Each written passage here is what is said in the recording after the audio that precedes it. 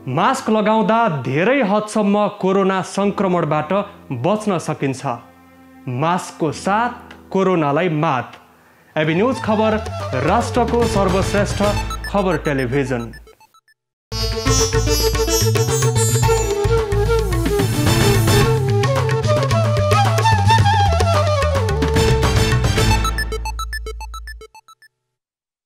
Corona संक्रमितको उचित उपचार हरेक नेपालीलाई खोपको आधार। नमस्कार, यो एबी न्यूज खबरको संकेत हो। तपाईं अहिले एबी न्यूज @7 मा हुनुहुन्छ। म विष्णु बसौला। प्रारम्भमा मूल खबर। नेपालमा सक्रिय संक्रमितको संख्या अझै 1 लाख भन्दा बढी। एकै दिन 6825 जनामा नयाँ संक्रमण, 75 जनाको मृत्यु। महामारीका बेला अग्रपंक्तिमा खटिएकालाई दिए पूर्व राजा शाहले धन्यवाद। नियन्त्रणको लागि आफ्नै संकल्प र बाहिरी सहयोग आवश्यक रहेको भनाई। गिट्टी बालुवा निकासी नीतिप्रति प्रदेश 2 सरकारको आपत्ति। निर्णय फिर्ता नलिए चुरे संरक्षणको लागि आवश्यक निर्णय लिने चेतावनी। एमाले स्थायी कमिटीको बैठक अनिश्चितकालको लागि स्थगित।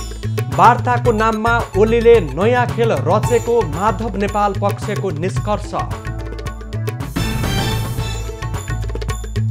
कोरोना महामारीका बेला वीरगञ्जका निजी अस्पतालको कमाउ धन्दा। उपचारको नाममा मनोमानी रकम असुल्दा पनि सम्बन्धित निकाय मौन। इजरायलको राष्ट्रपतिमा आइज्याक हर्जोग निर्वाचित। 12 वर्षपछि नेतन्याहुको सरकार पनि ढल्दै।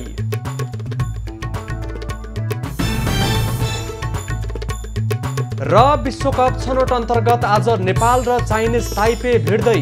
एसिया छनौटको तेस्रो चरणमा स्थान बनाउन नेपाललाई अवसर। अब खबरको सिलसिला प्रारम्भ गरौं कोरोना संक्रमण सम्बन्धी प्रसङ्गबाट। पछिल्लो 24 घण्टामा नेपालमा थप 6825 जनामा कोरोना भाइरसको संक्रमण पुष्टि भएको छ। त्यस्तै 5904 जना निको भएका छन्। मन्त्रालयका अनुसार सोही अवधिमा 75 जनाको मृत्यु भएको छ। स्वास्थ्य मन्त्रालयका अनुसार 21773 जनामा नमुना परीक्षण गर्दा 6825 जनामा संक्रमण देखिएको छ, जसमा एन्टिजिन विधिबाट 3211 जनाको परीक्षण भएको छ भने पीसीआर विधिबाट 18562 जनाको परीक्षण भएको छ। यो सँगै देशभर कोरोना भाइरसबाट संक्रमितको कुल संख्या 5,76,966 पुगेको छ। निको हुनेको संख्या 4,67,467 रहेको छ। त्यस्तै मृतकको कुल संख्या 7,630 पुगेको छ। हाल देशभर कोरोना संक्रमित सक्रिय हुनेको संख्या 1,01,839 रहेको छ। हाल निको हुनेको दर 81% पुगेको छ। नेपालमा कोरोना भाइरसको नयाँ भेरिएन्ट भेटिएको बारे बेलायती पत्रिकामा प्रकाशित समाचारका विषयमा नेपाल सरकारले बेलायत सरकारसँग जानकारी माग गरेको छ। स्वास्थ्य तथा जनसङ्ख्या मन्त्रालयका प्रवक्ता डाक्टर कृष्ण पौडेलले नेपालमा नयाँ भेरिएन्ट भेटिएको बारे बेलायत सरकारसँग भएको जानकारी पठाउनको लागि इमेलबाट पत्राचार गरिएको बताएका छन्।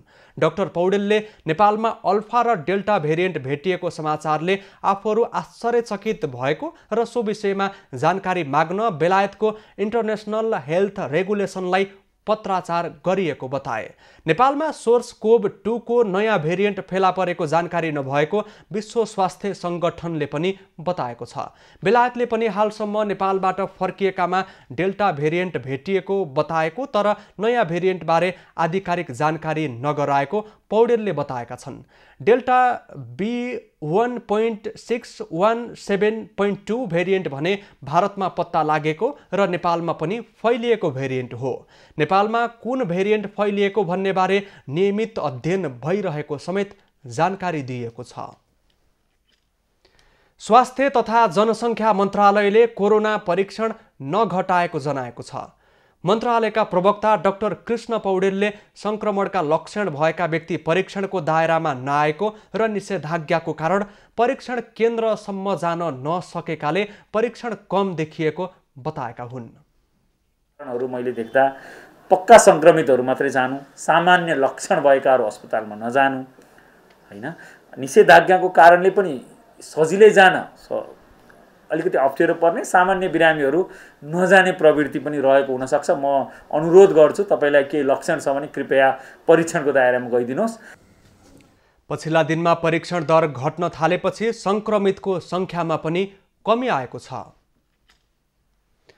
पूर्व राजा ज्ञानेन्द्र शाह र पूर्व रानी कोमल शाहले कोरोना भाइरससँगको लडाईँ जितेसँगै एक भिडियो सन्देश जारी गरेका छन्।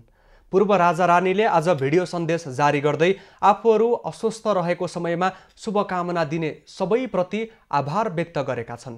यस महामारीको समयमा अग्रपंक्तिमा रहेर कार्यरत सबैमा धन्यवाद व्यक्त गर्दै पूर्व राजा ज्ञानेन्द्र शाहले महामारी नियन्त्रणको लागि आफ्नै सङ्कल्प र बाहिरी सहयोगको आवश्यकता रहेको औल्याएका छन्। नमस्ते। हाम्रो स्वास्थ्यबारे चिन्ता चासोका साथ शुभकामना दिनुहुने देशभित्र र बाहिर रहेका सबै नेपालीहरूप्रति हामी आभार व्यक्त गर्दै यस महामारीमा दिनरात आफ्नो दायित्व र मानवीय कार्य गर्ने सबै अग्रपंक्तिमा रहनुभएका स्वास्थ्यकर्मी, सुरक्षाकर्मी, सफाईकर्मी तथा सामाजिक कार्यकर्ताहरूमा हामी अन्तर आत्मादेखि धन्यवाद दिन चाहन्छौँ। अहिले हामी दुवै पूर्ण स्वास्थ्य लाभको क्रममा छौं, तर देशभित्र र बाहिरको महामारीको अवस्थाप्रति हामी चिन्तित छौं। महामारीको प्रक्रिया जारी छ। यसलाई नियन्त्रण गर्नका लागि हाम्रो आफ्नै संकल्प र बाहिरीय सहयोगको आवश्यक पर्दछ। प्राप्त अन्तर्राष्ट्रिय सहयोगको लागि पनि धन्यवाद दिन चाहन्छु। 2 मिनेट 32 सेकेन्डको भिडियो सन्देशमा पूर्व रानी कोमलले भने अक्सिजनको सहयोग लिइरहेको देखिन्छ। पूर्व राजा ज्ञानेन्द्रले कोरोना रोकथाम र नियन्त्रणको लागि प्राप्त अन्तर्राष्ट्रिय सहयोगको लागि पनि धन्यवाद दिएका छन्। उनले सबैलाई सुरक्षित, सावधान, स्वस्थ रहन आग्रह गर्दै उपचारको क्रममा रहेका सबै नेपालीको शीघ्र स्वास्थ्य लाभको कामना गरेका छन्। साथै उनले महामारीको क्रममा जीवन गुमाएका सबैमा चिर शान्तिको कामना पनि गरेका छन्। कोरोना महामारीका बेला वीरगञ्जका निजी अस्पतालले भने कमाउ धन्दा चलाइरहेका छन्। संक्रमित लगायत अन्य बिरामीसँग स्वास्थ्य उपचारको नाममा मोटो रकम असुली गरिरहँदा समेत स्थानीय प्रशासन मौन रहेको छ। कोभिड-19 महामारीको दोस्रो लहरले जनतालाई आक्रान्त बनाइरहेका बेला वीरगञ्जका निजी अस्पतालहरूको कमाउ धन्दा सार्वजनिक हुन थालेको छ। लक्ष्मणमा चौकमा रहेको तराई अस्पतालले विभिन्न शुल्क बापत अनावश्यक शुल्क असुल गरेको बिलहरू सामाजिक सञ्जालमा सार्वजनिक भएका छन्। मुसाफिर प्रसाद यादवबाट अन्य शुल्क बाहेक डिस्चार्ज शुल्क बापत 1000 थप शुल्क लिएको पाइएको छ। अनेक शीर्षक राखेर निजी अस्पतालहरू बिरामीसँग पैसा ठग्ने गरेका छन्। तराई अस्पताल सञ्चालकसँग सोधपुछ गर्दा शुल्कबारे जिल्ला प्रशासन बाहेक कसैलाई जानकारी गराउन नमिल्ने भन्दै अस्पतालका कर्मचारीहरूले उल्टै धम्की दिने गरेका छन्। अस्पतालमा कार्यरत एक चिकित्सकले भने अस्पतालले चर्को शुल्क उठाउने गरेको बताए।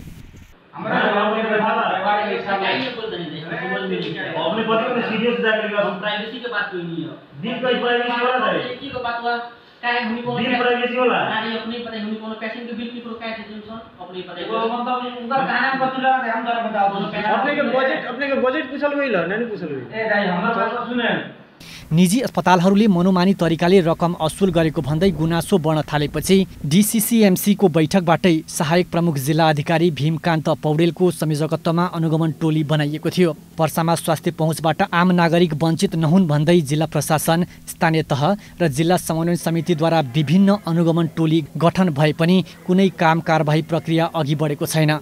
प्रमुख जिल्ला अधिकारीको अध्यक्षतामा एउटा छानबिन कमिटी म बनाउँदैछौँ। बनाएर जे सही तथ्यगत हुन्छ त्यो बारे कारबाही बढाउँला भन्ने हिसाबले हामीले चुप लागेर हिजो पनि बैठकमा राख्यौँ र बिचमा उहाँले 2टा अस्पतालका सायद 3टा अस्पतालका सञ्चालकलाई पनि बोलाउनु भएको थियो, तर उहाँहरूले आफ्नो किसिमका तर्कहरू प्रस्तुत गर्नुभएको थियो। त्यसकारण यो लिइरहेको शुल्क नाहक हो र यो महामारीमा गरिब जनतालाई थप मार्कामा पारेर गरिबीको रोखामुनि धकेल्ने काम चाहिँ भइरहेको छ।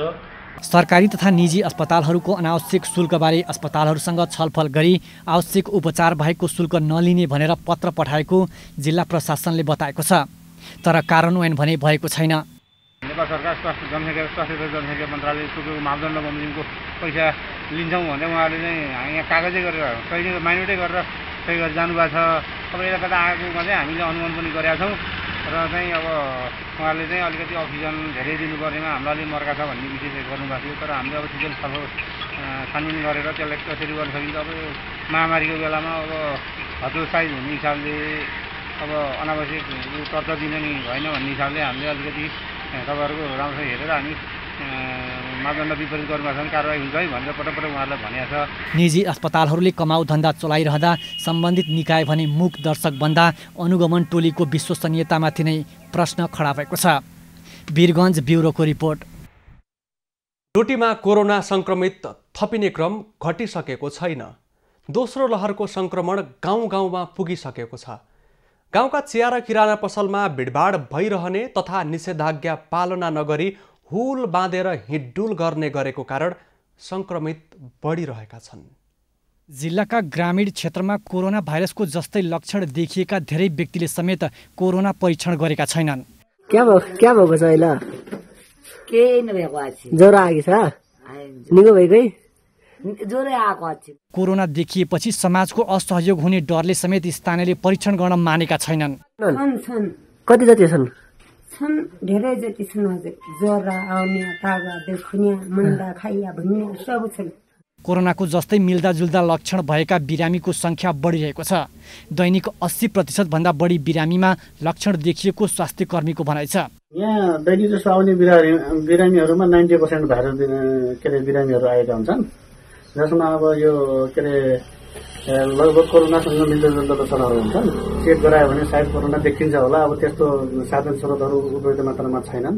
कोरोना संक्रमितको सम्पर्कमा आएकाहरूको कन्ट्र्याक्ट ट्रेसिङलाई बढाउनु पर्ने भए पनि जिल्ला स्वास्थ्य कार्यालय भने बेखबर छ। र हामीले जारी गर्ने भनेको सिम्टोमेटिक अब पोजिटिभ भएको घर परिवार, उसको छिमेकी जो कन्ट्याक्टमा छ त्यसको चाहिँ स्वाब सञ्चालन गर्ने अथवा उनीहरूको एन्टिजन गर्ने त्यो चाहिँ होइन। गाउँ-गाउँमा टाउको दुख्ने, ज्वरो आउने, खोकी लाग्ने, शरीर दुख्ने जस्ता लक्षण भएका बिरामीहरूको संख्या बढे पनि सरोकारवालाहरूले ध्यान दिएका छैनन्। तेजु ओली, डोटी। कैलालीको गोदावरी नगरपालिकाले नगर क्षेत्रभित्र रहेका कोरोना संक्रमितलाई व्यवस्था गरेको स्थानीयले आरोप लगाएका छन्। कोरोना महामारीका बेला अरू नगरपालिकाका जनप्रतिनिधि सक्रिय रूपमा लागिरहे पनि गोदावरी नगरपालिकाका जनप्रतिनिधि भने नागरिकको पीडामा मूक दर्शक बनिरहेका छन्।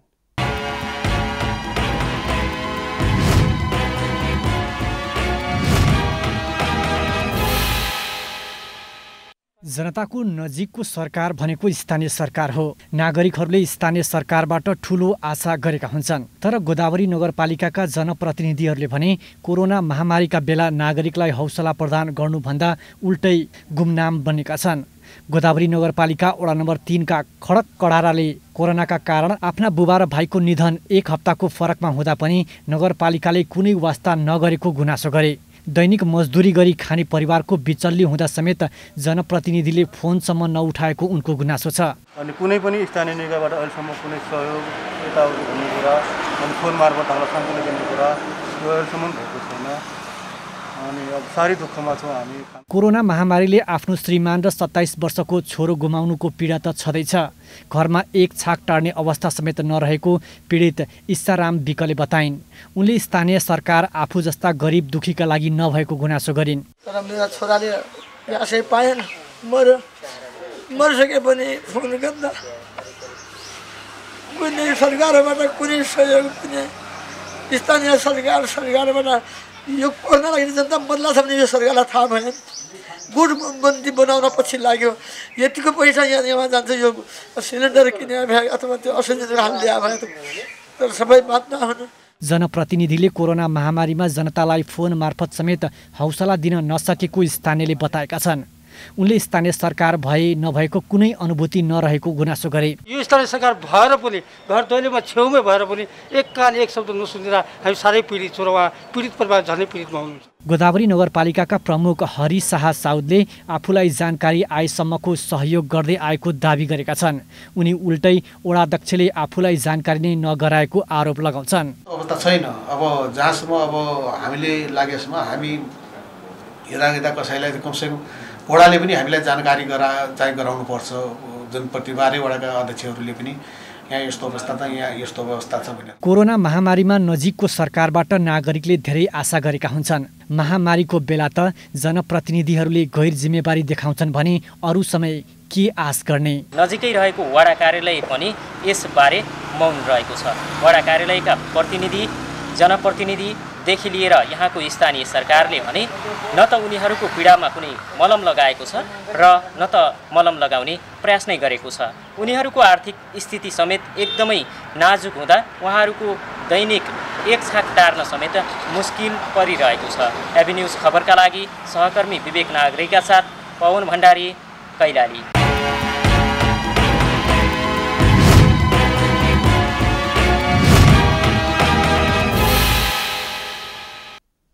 सुरुवाती चरणमा कोरोना विरुद्धको खोपमा नागरिकको धेरै चासो थिएन। कोरोनाको दोस्रो लहरपछि खोप सबैको लागि अनिवार्य भएको छ। कोरोनाको उच्च जोखिम क्षेत्र बाँकेका ज्येष्ठ नागरिक भने खोपबाट वञ्चित छन्।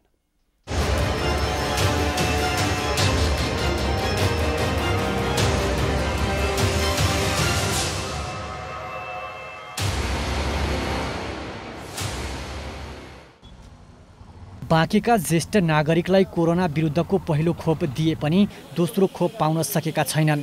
करिब 25,000 ज्येष्ठ नागरिक रहेको बाँकेमा 20,889 जना ज्येष्ठ नागरिकलाई पहिलो डोज खोप दिएको थियो। गत फागुन 23 गतेदेखि ज्येष्ठ नागरिकलाई कोरोना विरुद्धको खोप दिएको थियो। ज्येष्ठ नागरिकलाई भारतबाट आएको कोभिसिल्ड नामक खोप दिएको भए पनि अहिले समयावधि सकिन लाग्दा दोस्रो डोज नपाएको स्वास्थ्य कार्यालय बाँकीले जनाएको छ। सुरुवातको अवस्थामा सबैले चाहिँ नि खोपलाई अन्डर एस्टिमेट गर्नुभयो। खोप किन लगाउने खोप भनेर चाहिँ त्यति चाहिँ लगाउनु भएन। जुन दिन हामीले पहिलो दिन खोप लगायौँ भेरी अस्पतालको प्राङ्गणमा पहिलोपटक माघको 14 गते लाउँदाखेरि सिर्फ त्यो दिन 80 जनाले मात्रै लाउनु भएको। त्यसपछिका दिनमा झन्डै 800-900 जना लगाएको पनि कुनै दिन थिए हैन। बाँकेमा अग्रपन्थीमा रहेर काम गर्नेहरूले भने कोरोना विरुद्धको खोप पाएका छन्। जिल्लामा रहेका स्वास्थ्यकर्मी, सुरक्षाकर्मी, सरसफाई, निजामती कर्मचारी, सञ्चारकर्मीले दुवै डोज खोप लगाइसकेका छन्। 9,833 जनाले खोप लगाएका छन्। पछिल्लो समय कोरोनाको महामारी फैलिएपछि नागरिकमा खोप प्रतिको चासो बढेको हो। स्वास्थ्य कार्यालय बाँकेमा खोप लगाउन पाउनु पर्यो भन्दै दैनिक जसो धेरै दबाब आउने गरेको स्वास्थ्य कार्यालयले जनाएको छ। त्यसैले अहिले महामारीको यो चपेटामा धेरै नै हामी परिसक्यौँ। धेरैजनाको मृत्यु भएको अवस्था, धेरैले अब अहिले खोप पनि प्रभावकारिता खोपको चाहिँ इफेक्टिभनेस देखियो। किनभने खोप लगाएकाहरूमा त्यति यो हेर्दाखेरि त्यति देखिएन, त्यति पोजिटिभ नदेखिएको र कुनै पनि रोगको कडापना सिभिरिटी पनि नदेखिएको अस्पतालका स्रोतहरूले जनाउँछ। कोरोना विरुद्धको पहिलो र दोस्रो डोज खोप एउटै कम्पनीको हुनुपर्ने भएपछि बाँकीमा पहिलो डोज लगाएका ज्येष्ठ नागरिक दोस्रो डोजका लागि आतुर छन्। नेपालगञ्ज ब्युरोको रिपोर्ट।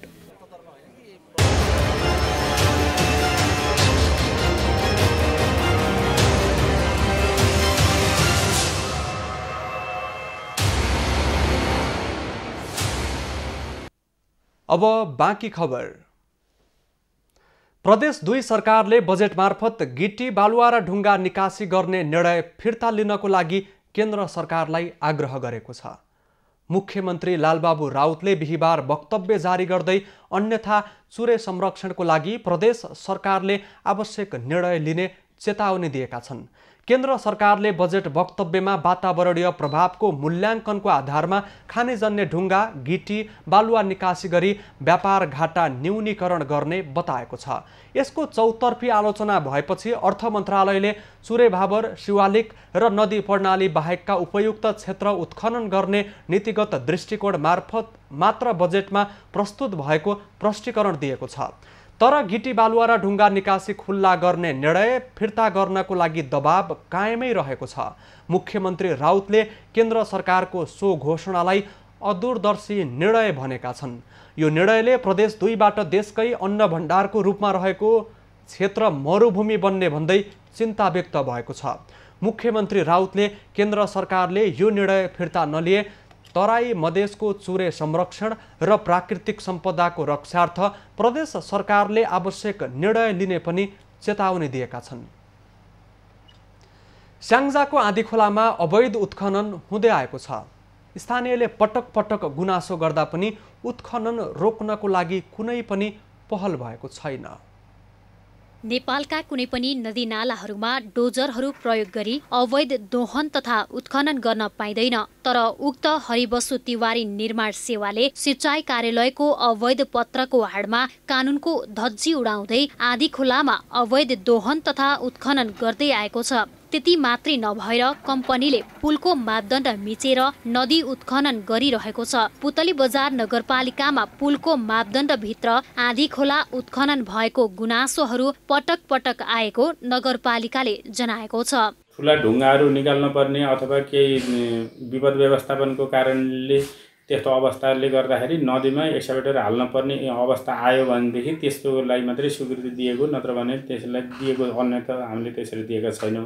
कुनै व्यक्ति विशेष अथवा कुनै निर्माण व्यवसायको अनुरोधमा मात्रै त्यसरी दिएको छैन। अब मापदण्ड अनुसार पुलको माथि 500 मिटर र तल 1 किलोमिटर आइई पनि नहुने र मेसिनको पनि प्रयोग गर्न नपाइने कानुनी व्यवस्था छ। जलस्रोत तथा सिंचाई विकास डिभिजन कार्यालयले नगरपालिकाको अनुमतिमा आँधीखोला उत्खनन भएको जनाएको छ। जिल्लाकै ठुलो सिंचाई योजनामा पर्छ। यो 70 हेक्टर चाहिँ सिंचित क्षेत्रफल यसको रहेको छ र यसको लागि भनेर हामीले त्यहाँ बाँध बनाएका छौँ, हेडवर्क्स भन्छ। त्यसैको गर्दाखेरि प्रोटेक्सनको कार्य गर्नको लागि चाहिँ हामीले चाहिँ त्यहाँ नगरपालिकासित सहमति लिएर नै कार्य अगाडि बढाएको छ। पटक पटक नदी अवैध दोहन तथा उत्खनन गरेको खण्डमा मेसिनको आकार हेरी जरिवाना लगाउने कानुनी प्रावधान रहेको छ। खोला नालाहरूमा मेसिनको प्रयोग गर्नै पर्ने अवस्था आएमा जिल्ला विपद व्यवस्थापन समितिको अनुमति लिनुपर्ने कानुनी व्यवस्था रहेको पाइन्छ। हरिबसु तिवारी निर्माण सेवाका सञ्चालक गंगा तिवारीले नदी नियन्त्रण तथा बस्ती संरक्षणको काम आफूले ठेक्का मार्फत गर्दै आएको फोन सम्पर्कबाट जानकारी दिएका छन्। नदी नियन्त्रण तथा बस्ती संरक्षणको काम जिल्ला विपद व्यवस्थापन समितिले गर्नुपर्ने हो, तर समितिले भने अवैध रूपमा ठेकेदार कम्पनी मार्फत काम गराएको छ। रोशन लामिछाने, स्याङ्जा। रूपन्देही जिल्लाको देवदह घोडाहा खोला क्षेत्रमा अन्धधुन्द नदीजन्य पदार्थको दोहन भएको छ। देवदह नगरपालिकाले आम्दानीको नाममा नदीजन्य पदार्थको ठेक्का दिए पनि अनुगमन हुन नसक्दा नदी क्षेत्रमा मापदण्ड विपरीत उत्खनन भइरहेको छ। घोडाहा खोलामा बिहानीदेखि साँझ अबेरसम्म टिप्परहरूले नदीजन्य पदार्थ ओसारिरहेका छन्। निषेधाज्ञाको बेलामा जनप्रतिनिधिकै संलग्नतामा नदीजन्य पदार्थको चरम दोहन भइरहेको स्थानीयको भनाइ छ। प्राकृतिक सम्पदा नदीजन्य पदार्थको यसरी अन्धाधुन्द उत्खनन र ओसार प्रसार हुनुमा नगरपालिकाकै कमजोरी रहेको उनीहरूको भनाइ छ।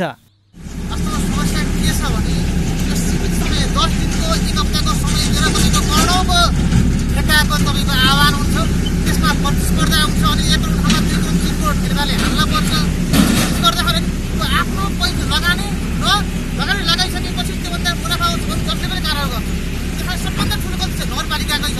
दर्जनौं टिप्परले यो क्षेत्रमा गएको वैशाखको दोस्रो हप्ताबाट नदीजन्य पदार्थ ओसार प्रसार गर्न थालेका हुन्। यस क्षेत्रका नदीजन्य पदार्थको मापदण्ड विपरीत उत्खनन, ओसार प्रसार र विभिन्न ठाउँमा डम्पिङ हुँदा पनि स्थानीय प्रशासन मौन छ। यसमा नगरका पदाधिकारी र ठेकेदारको सोझै मिलोमतो भएको देखिन्छ। सेटिङको आधारमा काम भएको र जथाभावी दोहनले वरपरको वातावरण समेत प्रभावित भएको स्थानीय बताउँछन्। विकास निर्माणका लागि नदीजन्य पदार्थ आवश्यक हुने भए पनि व्यवस्थित तरिकाले मापदण्ड अनुसार उत्खनन हुन नसक्दा समस्या उत्पन्न भएको छ।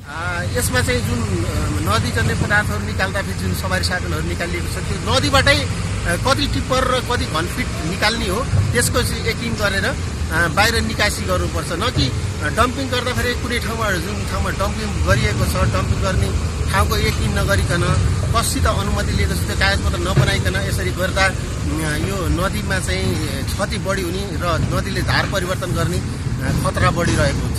रूपन्देहीका तिनाउ र दानव नदीमा पनि अवैध रूपमा दोहन र ओसार प्रसार भइरहेको छ। स्थानीयका अनुसार देवदह नगरपालिकाका जनप्रतिनिधिहरू आफै ठेकेदार छन्। उनीहरूको आफ्नै निजी जेसीबी र टिप्परहरू पनि छन्। तिनले वन क्षेत्रबाट अवैध उत्खनन पनि गरिराखेका छन्। कतिपय स्थानीयको जग्गा समेत थाहै नदी गिट्टी बालुवा मिस्कट थुपार्ने पनि गरेका छन्। देवदह नगरपालिकाका इन्जिनियर रवि पाण्डेले भने अनुगमन नै गर्न नसकिएको स्वीकार्छन्। अहिलेको यो परिस्थिति कोभिडले गर्दाखेरि म पनि मेरो घरमा पनि कोभिड भएर म 1 महिना बस्नु पर्यो। मलाई पनि लास्ट आवरमा कोभिड भएर म अस्तिबाट आएको छु। अब यो कोभिडले गर्दा कोही प्राविधिक चाहिँ घरमा बसेको, अब त्यसै कारणले गर्दाखेरि अलिकति निरीक्षणमा चाहिँ अलिकति हाम्रो भाकै हो। अब अहिले चाहिँ अब अस्तिबाट म आएदेखिबाट म दौडिरहेको छु। अब उहाँको क्वान्टिटी दिएको अवस्था भयो, बन्द गर्ने अवस्थामा चाहिँ हामी लागिरहेको छौँ। उता जेठ 19 गते बुधबार नगरस्तरीय प्राकृतिक स्रोत अनुगमन समितिले गरेको अनुगमनको क्रममा देवदह नगरपालिकाले नदीजन्य पदार्थ निकासीलाई व्यवस्थित गर्न नसकेको स्थानीयवासीहरूको गुनासो रहेको थियो। देवदह नगरपालिकाले ठेक्काको माध्यमबाट नदीजन्य पदार्थ निकासी गर्दा जथाभावी डम्पिङ गरेको र बस्तीतिरै खोला बग्ने खतरा रहेको स्थानीयवासीको गुनासो रहेको छ। नदीजन्य पदार्थको डम्पिङका कारण गाउँ नै जलमग्न हुने खतरा बढेको छ। न खोलामा नाप जाँच छ, न नगरपालिकाकै प्रतिनिधि भेटिन्छन्। जनप्रतिनिधिकै मिलोमतका कारण खोलामा ठेकेदारको कमाउ धन्दा चलिरहेको छ। निषेधाज्ञाकै बेला रूपन्देहीको देवदहमा अन्धधुन्ध रूपमा दोहन भइरहँदा पनि सम्बन्धित निकायको ध्यान जान सकेको छैन। एभिन्यूज खबरका लागि दामोदर खनाल, रूपन्देही। नेकपा एमालेको झलनाथ खनाल माधव नेपाल समूहका केन्द्रीय सदस्यको बैठकले ओली पक्षले वार्ताको नाममा झुलाउन मात्रै खोजेको निष्कर्ष निकालेको छ। भर्चुअल माध्यमबाट भएको बैठकको सुरुमा नै नेता माधव नेपालले धारणा राखेका थिए। उनले एमाले भित्रको विवाद र विकसित परिस्थितिको बारेमा केन्द्रीय सदस्यको विचार सुन्ने बताएका थिए। नेता नेपालपछि अर्का वरिष्ठ नेता झलनाथ खनालले अध्यक्ष ओलीको कार्यशैलीको कारण कम्युनिस्ट पार्टी छिन्न भिन्न भएको भन्दै यसलाई बचाउनु सबैको कर्तव्य भएको बताए। उनले ओलीका गतिविधि सच्चिनतर्फ अझै नदेखिएको धारणा व्यक्त गरे। छलफलमा नेता सुरेन्द्र पाण्डे र घनश्याम भुषालले ओली पक्षका नेतासँग भएको अनौपचारिक ब्रिफिङ छलफलबारे ब्रिफिङ गरेका थिए। पाण्डे र भुषाल दुवैले ओली पक्षले वार्ताको नाममा झुलाउन मात्रै खोजेको आफूहरूलाई भान भएको बताएका थिए। पार्टी विवाद समाधान गर्न गठित 10 सदस्य कार्यदलका नेतामध्ये भीम रावललाई ओलीले कारवाही गरेपछि सुरेन्द्र पाण्डे, घनश्याम भुषाल, गोकर्ण विष्ट र योगेश भट्टराईले ओली पक्षसँग छलफल गरेका थिए। तर संस्थापन पक्षसँगको छलफलले ठोस प्रगति र आकार ग्रहण गर्न नसकेको पाण्डे र भुषालले छलफलमा ब्रिफिङ गरेका थिए। यसैबीच नेकपा एमालेको स्थायी कमिटी बैठक अनिश्चितकालको लागि स्थगित भएको छ। आजै माधव नेपाल पक्षले केन्द्रीय कमिटीको बैठक राखेपछि अबको परिस्थिति हेरेर बैठक बस्ने गरी अर्को सूचना नभएसम्मको लागि बैठक स्थगित गरिएको छ। बैठक आज अपराह्न 4 बजे बस्ने भनिएको थियो। आजै एमाले पार्टीले कारवाही गरिसकेका व्यक्तिले बोलाएको अनधिकृत बैठकमा सहभागी नहुनको लागि केन्द्रीय सदस्यलाई चेतावनी दिएको थियो। राष्ट्रिय जनमोर्चाका गण्डकी प्रदेश सभा सदस्य कृष्ण थापा पद मुक्त भएका छन्। बिहिबार बसेको प्रदेश सभाको बैठकमा सभामुख नेत्रनाथ अधिकारीले थापालाई दलबाट निष्कासन गरेको पत्र आएको जानकारी दिँदै प्रदेश सभा सदस्य थापाको पद रिक्त भएको बताएका थिए। थापालाई दलबाट निष्कासन गरेको जानकारी पत्र राष्ट्रिय जनमोर्चाले बिहीबार नै प्रदेश सभा सचिवालयमा दर्ता गरेको थियो। थापालाई जनमोर्चाले यसअघि नै साधारण सदस्य पनि नरहने गरी निलम्बन गरेको थियो। गण्डकी प्रदेश सभामा 59 सदस्य रहेका छन्। प्रदेश सभा बैठकमा बिहीबार पनि अर्थमन्त्री किरण गुरुङले जेठ 17 गते प्रस्तुत गरेको आगामी आर्थिक वर्षको बजेटको सिद्धान्त र प्राथमिकताबारे छलफल भएको थियो। लुम्बिनी प्रदेश सरकारका प्रवक्ता एवं आर्थिक मामिला तथा योजना मन्त्री बैजनाथ चौधरीले अहिलेको सरकारमाथि औँला उठाउने कुनै पनि ठाउँ नरहेको बताएका छन्। बिहीबार प्रदेश सरकारको विनियोजन विधेयकको सिद्धान्त र प्राथमिकतामाथिको छलफलमा उठेका प्रश्नको जवाफ दिँदै मन्त्री चौधरीले अहिलेको सरकार पूर्ण बहुमतको रहेको र सरकारमाथि औँला उठाउने ठाउँ नभएको बताए। उनले मुख्यमन्त्रीले आवश्यकता अनुसार चाहेका बेला विश्वासको मत लिने कानुनी प्रावधान रहेको भन्दै उपयुक्त समयमा विश्वासको मत लिने काम हुने पनि धारणा व्यक्त गरे। माननीय मुख्यमन्त्रीले आवश्यकता बमोजिम उहाँले कुनै पनि बेला विश्वासको मत लिन सक्ने कानुनी प्रावधान छ र त्यो आवश्यकता ठानिएको बेलामा उपयुक्त समयमा त्यो काम पनि हुन्छ। विपक्षी दलका मान्य सदस्यज्यूहरूको पनि भनाइ मैले सुने कि हामी संसदबाट नै अगाडि बढ्न चाहन्छौँ, संसदबाट नै बजेट लिएर जान चाहन्छौँ, बजेट पारित गर्न चाहन्छौँ अथवा बजेटको प्रक्रिया यहीँबाट नै अगाडि बढाउन चाहन्छौँ भन्ने कुराको म स्वागत गर्न चाहन्छु। बैठकमा भूमि व्यवस्था कृषि तथा सहकारी मन्त्री विजय बहादुर यादवले जीवनाशक विषादी नियमन सम्बन्धी विधेयक पेश गरेका थिए। प्रदेश सभाको अर्को बैठक जेठ 25 गतेको लागि बोलाइएको छ। प्रदेश 1 सरकारले बजेट अधिवेशन जेठको 24 गते आह्वान गर्ने निर्णय गरेको छ। बिहीबार बिहान बसेको मन्त्री परिषदको बैठकले जेठ 24 गते दिउँसो 2 बजे बजेट अधिवेशन आह्वान गर्ने निर्णय गरेको सरकारका प्रवक्ता एवं आन्तरिक मामिला तथा कानुन मन्त्री हिक्मत कार्कीले जानकारी दिए। सो निर्णय अनुसार अधिवेशन आह्वान गर्न प्रदेश प्रमुख समक्ष सिफारिस गरिएको छ। अधिवेशन आह्वान र अन्त्य प्रदेश प्रमुखबाट हुने संवैधानिक व्यवस्था रहेको छ। कोरोना महामारीलाई कारण देखाउँदै समयमा प्रदेश सभा अधिवेशन नबोलाएको प्रदेश 1 सरकारले आर्थिक कार्यविधि ऐन 2074 संशोधन गर्न अध्यादेश जारी गर्ने निर्णय यसअघि गरेको छ। कार्यविधिमा यसअघि उल्लेख भएको 15 दिन अघि पूर्व बजेट छलफल गरिनुपर्ने प्रावधानलाई संशोधन गरेर 5 दिनको बनाइएको छ। सामाजिक सुरक्षा कोषले बैंक तथा वित्तीय संस्थालाई सामाजिक सुरक्षा कोषमा सूचीकरणको लागि दबाब दिएको भन्दै नेपाल वित्तीय संस्था कर्मचारी संघले आन्दोलनको चेतावनी दिएको छ। कोषले एउटा सूचना जारी गर्दै 2078 साल असार मसान्तसम्म योगदानमा आधारित सामाजिक सुरक्षा योजनामा सूचीकृत हुनको लागि निजी तथा संगठित संस्थालाई आग्रह गरेको थियो। तर सरकारको नीति नियम अनुरूप व्यावसायिक पारदर्शी र अनुशासित रूपमा सञ्चालित बैंक, बीमा तथा वित्तीय संस्था तथा संस्थाका कर्मचारीलाई उनीहरूको खाइपाई आएको सेवा सुविधा कटौती हुने गरी जबरजस्ती सामाजिक सुरक्षा योजनामा सरिक गराउन कोषले दबाब दिएको भन्दै नेपाल वित्तीय संस्था कर्मचारी संघले आफूहरूको गम्भीर ध्यानाकर्षण भएको जनाएको छ। बैंक तथा वित्तीय संस्थाका कर्मचारीलाई आकर्षक हुने गरी योजना नल्याई षड्यन्त्रमूलक र दुराशयपूर्ण किसिमले मर्कामा पार्ने किसिमले सामाजिक सुरक्षा योजनामा लान खोजिएकाले आफूहरू विरोधमा उत्रिनु परेको संघको भनाइ छ। हामी वित्तीय क्षेत्रका कर्मचारीहरू आकर्षक हुने गरी योजनाहरू नल्याई उहाँले चाहिँ कानुनको नियमको र अन्य तपाईँको त्योभन्दा पनि उहाँहरू एकदमै तपाईँ षड्यन्त्रमूलक किसिमले र उहाँहरू दुराशयपूर्ण किसिमले उहाँ यो चाहिँ योजनामा सरिक गराउनलाई बैंक वित्तीय संस्थालाई दबाब दिइराख्नु भएको। कोभिड महामारीको कारणले बैंक तथा वित्तीय क्षेत्र सङ्कटमा परेको भन्दै यस्तो बेला कोषमा सूचीकृत हुन नसकिने संघले जनाएको छ। कोषमा जबरजस्ती गरेर समावेश गराउन खोजे आन्दोलनमा उत्रिने चेतावनी समेत संघले दिएको छ।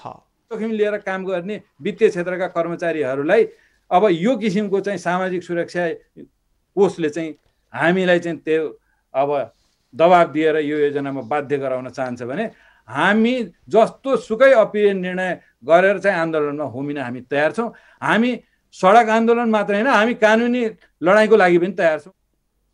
सङ्घले बैंक तथा वित्तीय संस्थामा कार्यरत कर्मचारीको स्वास्थ्य सुरक्षा, औषधि तथा स्वास्थ्य उपचारको व्यवस्थाको साथै यस क्षेत्रमा खोप लगाउन छुटेका कर्मचारी तथा कर्मचारी सङ्घमा आबद्धको लागि अनिवार्य खोपको व्यवस्था गर्न पनि माग गरेको छ।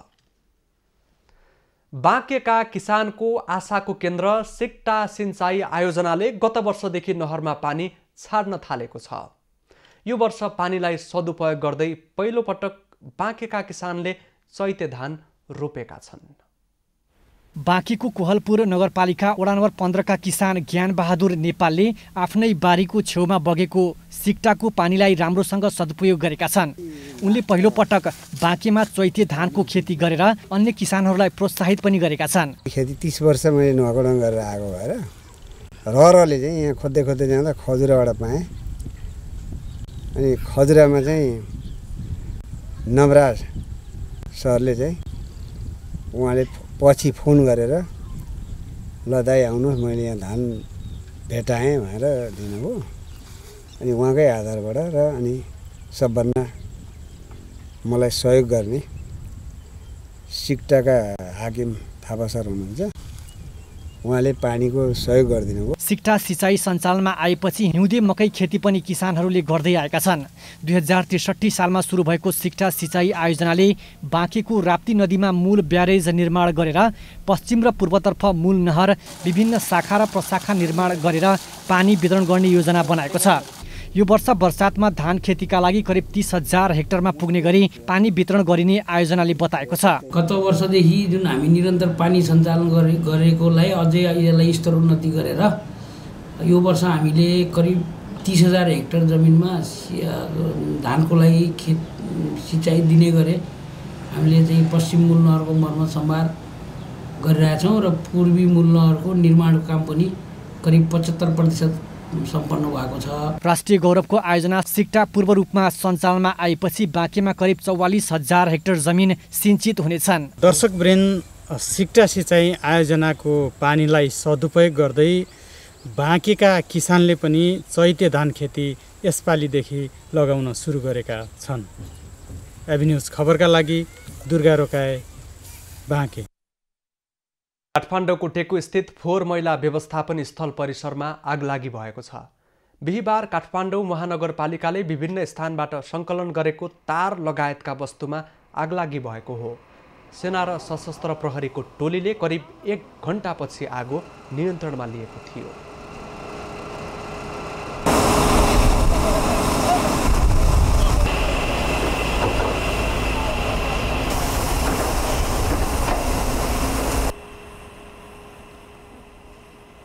काठमाडौँ नगर प्रहरीका डीएसपी पूर्णचन्द्र भट्टले नियोजित रूपमा आगो लगाएको हुन सक्ने भन्दै आगो लगाउने व्यक्तिको खोजी गरिएको बताए। अलिकति केही वर्गहरूले लक्षित गरेर यसलाई लक्षित गरेर लागेको जस्तो लाग्छ मलाई। यो आगो लागि अब त्यो वर्गहरूले हामीले लगभग पहिचान हामीले गर्छौँ, त्यसको खोज तलास गर्दैछौँ। आगलागीबाट अन्य कुनै क्षति नभएको महानगरले जनाएको छ।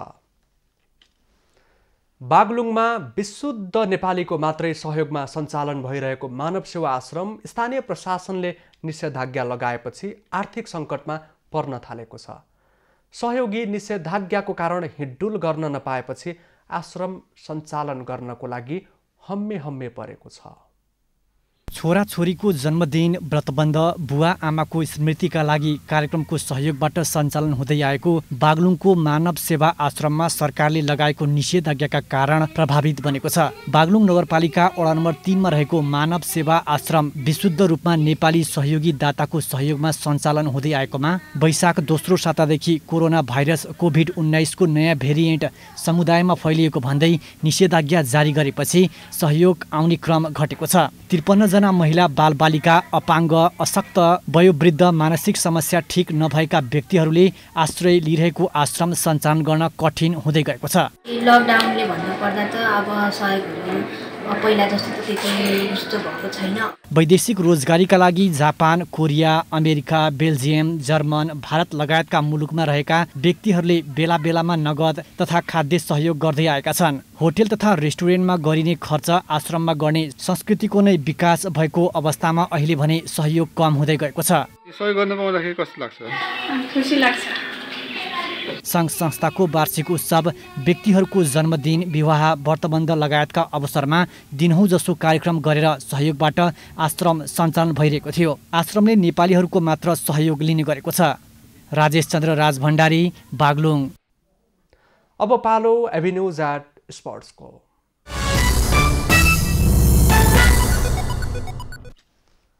सन् 2022 को विश्वकप छनौट अन्तर्गत नेपालले आज चाइनिज ताइपेसँग खेल्ने भएको छ। खेल कुवेतको सिटीमा राति पौने 10 बजे हुनेछ। चाइनिज ताइपेलाई यसअघि पनि नेपालले हराइसकेको छ। नेपालका मुख्य प्रशिक्षक अब्दुल्लाह अल मुताइरीले ताइपे विरुद्ध नेपालको लक्ष्य जित भएको बताएका छन्। छनौटको चौथो स्थानमा रहेर एसियन कपमा छनौट हुने मौका कायम राख्ने उनको भनाइ छ। तर कुवेतमा गर्मी धेरै भएकाले खेल खेल्न भने कठिन हुनेछ। नेपालले विश्वकप छनौटको तेस्रो चरणमा पुग्ने मौका गुमाइसकेको छ। तर नेपाललाई बाँकी खेल जित निकाल्दै एसिया छनौटको तेस्रो चरणमा स्थान बनाउने सुनौलो अवसर भने बाँकी रहेको छ। नेपाल समूह चरणमा 3 अङ्क सहित चौथो स्थानमा छ। अस्ट्रेलियाको 12 अङ्क छ भने जोर्डन र कुवेतको समान 10 अङ्क छ। नेपालभन्दा पछि रहेको चाइनिज ताइपेले अङ्क जोड्न सकेको छैन। नेपालले आउँदो 24 गते जोर्डनसँग र अस्ट्रेलियासँग 28 गते खेल्ने भएको छ। अब पालो एभिन्यूज एट मौसमको।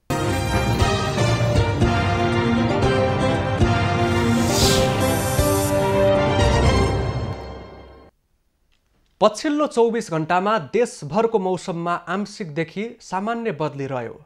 आज राति देशको मौसममा सामान्य बदली भई पहाडी भूभागमा हल्कादेखि मध्यम वर्षाको सम्भावना रहेको जल तथा मौसम पूर्वानुमान महाशाखाले जनाएको छ। आज काठमाडौँ उपत्यकाको अधिकतम तापक्रम 31 डिग्री सेल्सियस र न्यूनतम तापक्रम 17 डिग्री सेल्सियस मापन गरियो। आज देशभरको मौसम कस्तो रह्यो त? हेरौँ देशका विभिन्न स्थानको मौसमी अवस्था।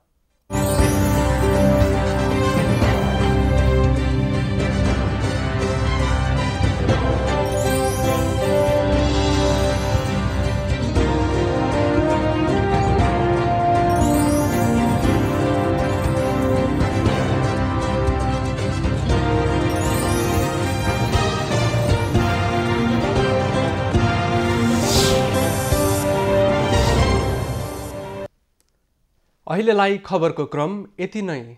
एभिन्यूज खबरका यी सहित अन्य विस्तृत खबरका लागि www.avenews.tv लगइन गर्न सक्नुहुनेछ। युट्युब, फेसबुक र ट्विटरमा पनि हामीलाई फलो गर्न सकिनेछ। खबर भित्रको खबरका लागि हेर्दै रहनुहोला एभिन्यूज खबर। नमस्कार।